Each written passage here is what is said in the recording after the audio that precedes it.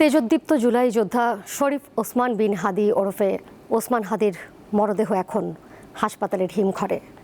সন্ধ্যায় সিঙ্গাপুর থেকে তার কফিন ঢাকার বিমানবন্দরে নামার পর নেওয়া হয় জাতীয় হৃদরোগ ইনস্টিটিউটে। সেখানে তাকে রাখা হয়েছে।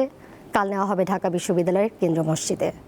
দুপুর 2টায় ইনকিলাব মঞ্চের মুখপাত্রের জানাজা হবে জাতীয় সংসদ ভবনের দক্ষিণ প্লাজায়।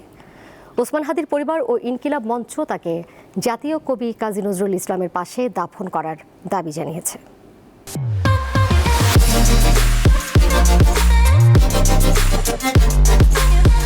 সিঙ্গাপুর থেকে ছেড়ে আসা এই উড়োজাহাজটির অপেক্ষায় বহু মানুষ।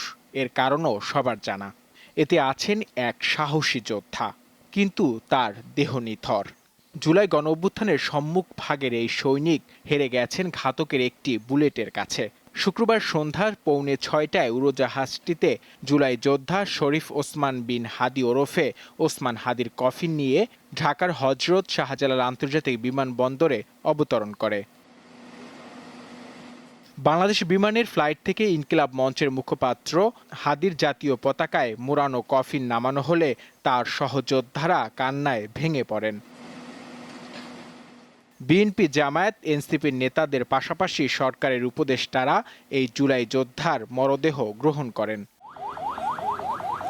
বিমানবন্দরে আনুষ্ঠানিকতা শেষে মরদেহ নেওয়া হয় জাতীয় হৃদরোগ ইনস্টিটিউটের হিমঘরে।